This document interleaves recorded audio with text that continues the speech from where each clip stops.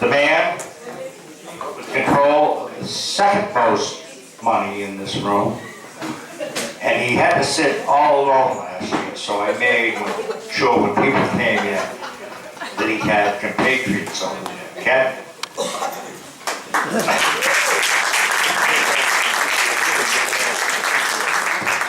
Thank you, Bobby. Now, I will say, just in thinking while I was sitting here before, does it bother anybody else that when we were talking about the community farm, that the same person who is dealing with the septic system has restaurant equipment?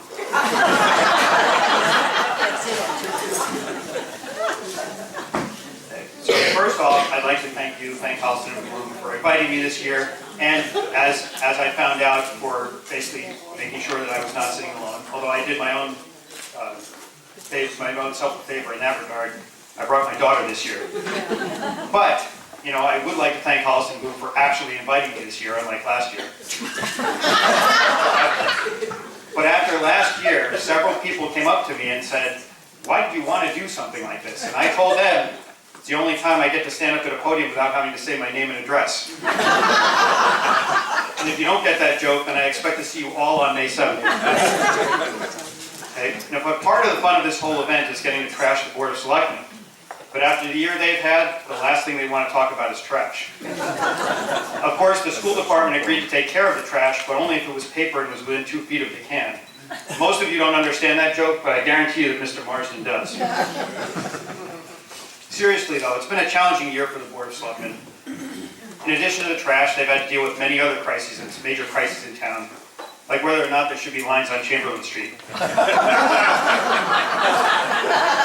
What I do pales in comparison to what they do. My board decides how the town should spend $60 million. The Board of Selectmen decides whether or not the Lions Club can rent up the town hall for a charity fundraiser.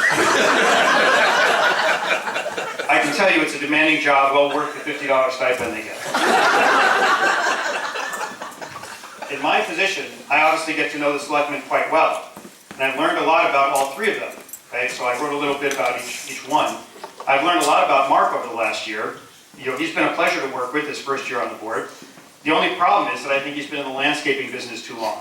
Why do I say that? Well, let's just put it this way. He's very active during the summer. He goes dormant into September, and I don't see him again until April. But I can understand that. Being a selectman can wear on you. As many of you may or may not know, Kevin's term as selectman ends this May. At first, I heard through the grapevine that he was retiring. But then I found out that to Kevin, that only meant that he was putting a new set of Michelins on his car. In all seriousness, his experience with tires has served him well during his term.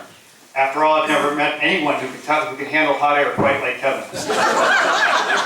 Speaking of retreads, I have a few things to say about Mr. Marsden. He's, as you know, the longest-serving member of the Board of Selectmen. And Jay and I have known each other for many years because we both have been in our town jobs for a long time. We've had a very good working relationship. But one thing's always bugged me about him. When I first met him, I looked at him and I said, I could swear I've seen this guy somewhere before. He looked so familiar to me, but I couldn't figure out why. But finally I figured it out this year when I dug up his old yearbook picture.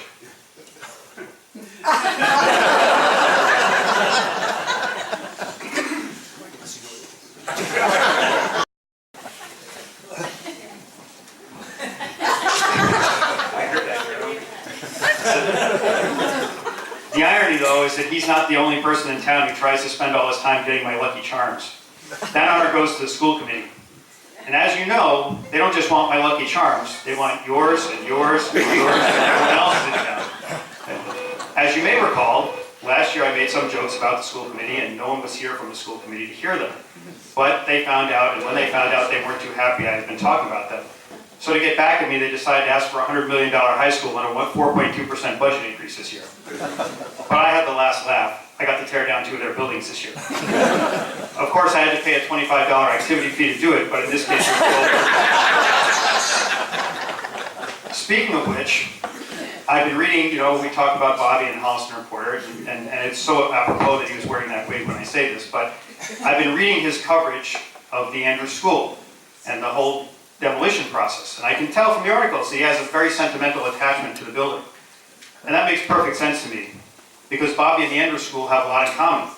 They both lived on School Street for about 100 years and fell into such disrepair that they scared off the children in Mudville. But it's true, Bobby's so old that he profited twice from the Andrews School. Once by selling bricks when it was destroyed, and once when he helped build it back in the 30s. But he's so old that he actually remembers when the 8-arch bridge had 24 arches. And most of you don't really know that, but it's true. The bridge was originally built in 1846 with 24 arches, not 8. It didn't only end up with 8 arches because even back then the school department took 2/3 of everything in town.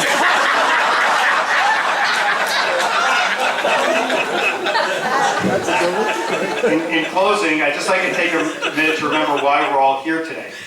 We're here because of St. Patrick's Day, the day to celebrate all things Irish. And for a long time, people have asked me why I don't wear green on St. Patrick's Day.